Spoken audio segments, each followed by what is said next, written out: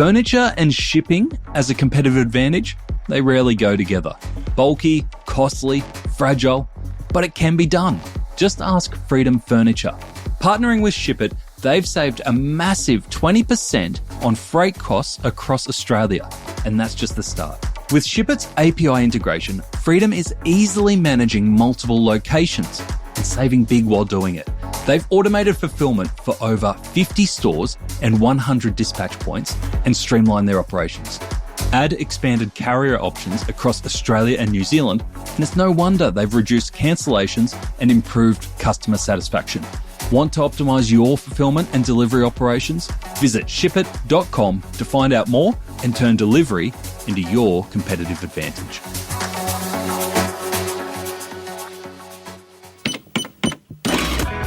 Welcome to The Checkout.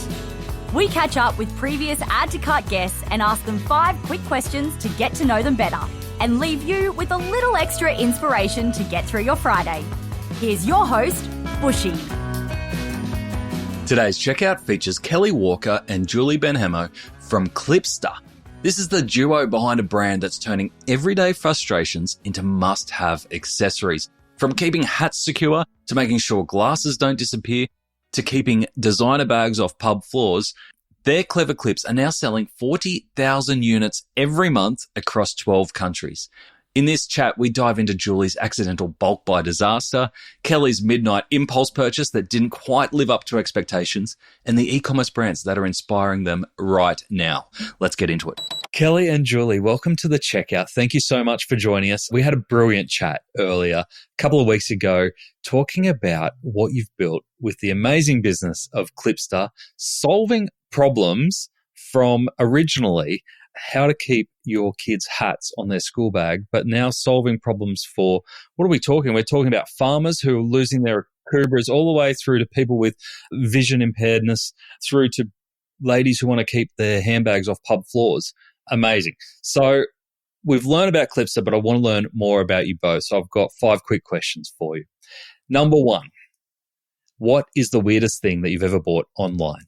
Kelly, I'll start with you. So the weirdest thing that I have bought online, and this is like midnight Instagram shopping, was something that can break your windscreen if your car falls into a river.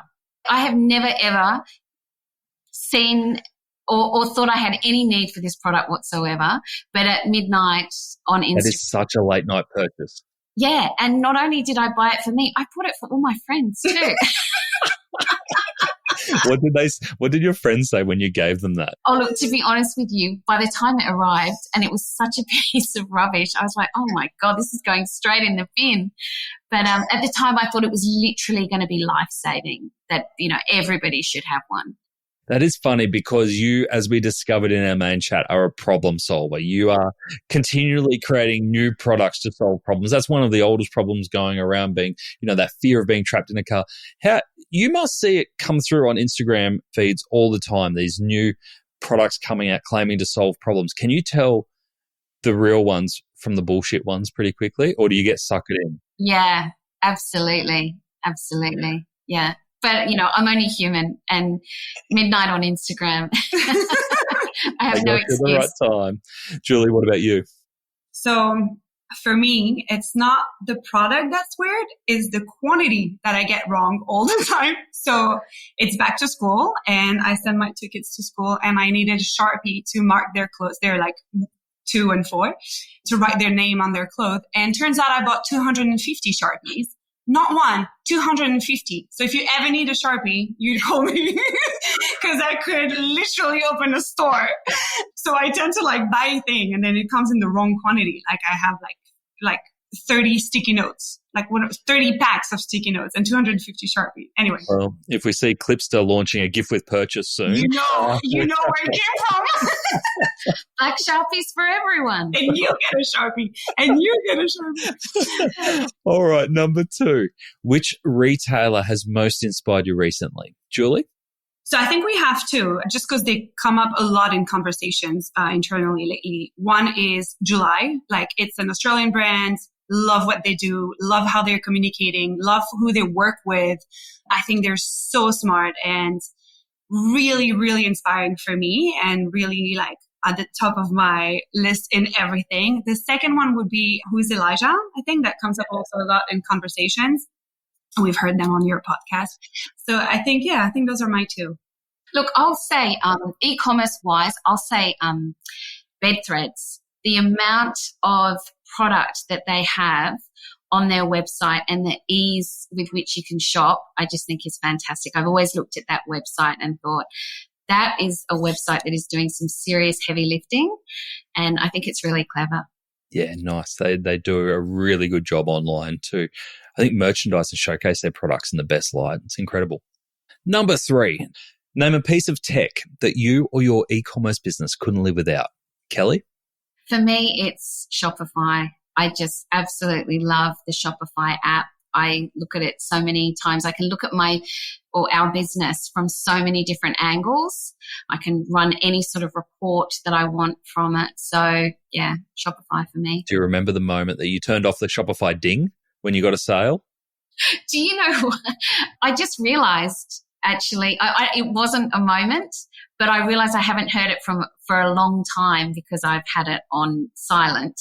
But for exactly the first 2 years, it was amazing, and I'd have it so loud, and I remember, I'd be out with friends and I'd be like, oh, that's another sale, and then it just got embarrassing. So that's why probably about a year ago I stopped that. And that sound is in one of my kids' cartoons, intro.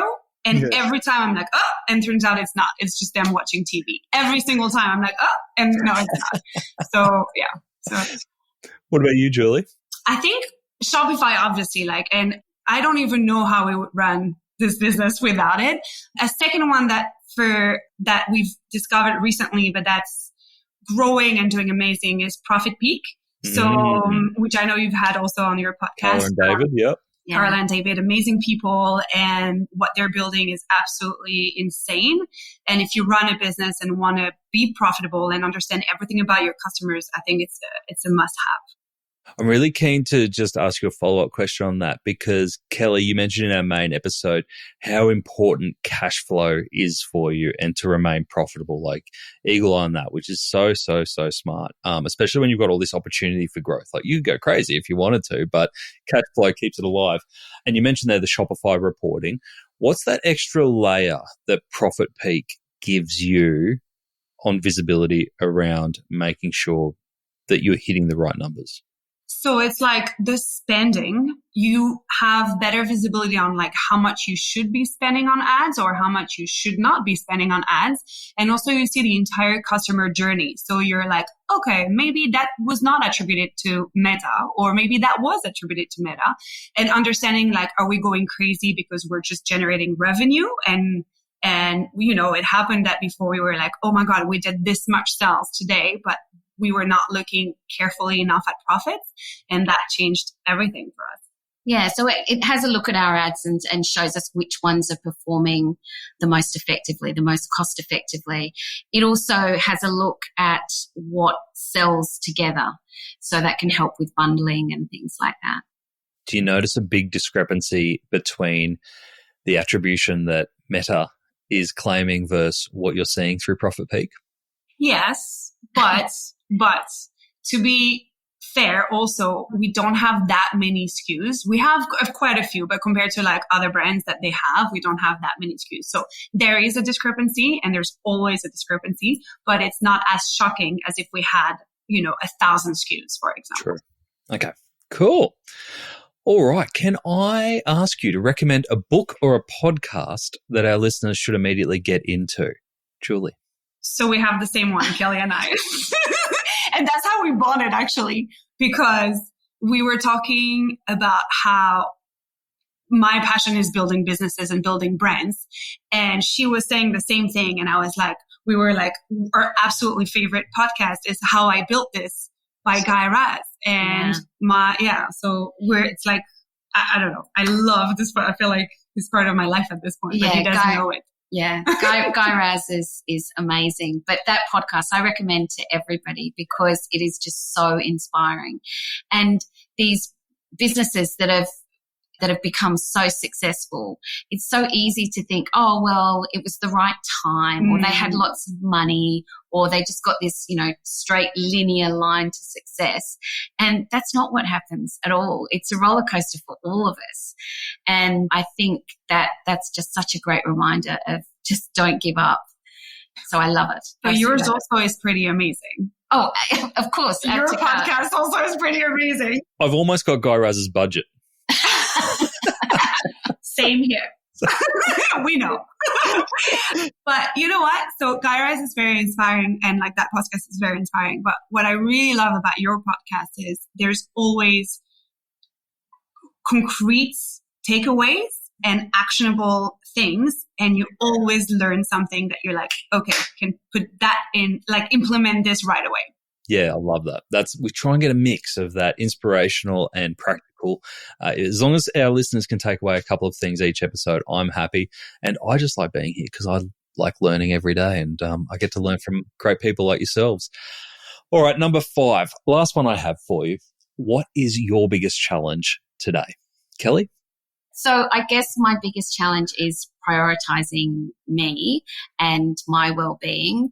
I've got a very, very busy business. I've got 3 kids, 2 dogs, and I really, really want to start meditating every day. I notice the days that I do and definitely the days that I don't. So I really want to make that a consistent thing this year, that meditation, exercise gets done every day. Yeah, I love it. It's easier said than done though, isn't it? Yeah, exactly. There's always so many things to do, but it's really important. What about you, Julie? Is it your biggest challenge is getting Kelly to meditate? That's one of them. I mean, it's pretty similar, but I have a 2-year-old and a 4-year-old. I'm new in this country, and it's finding that balance that does not exist. Turns out it was all a lie. There's no balance here.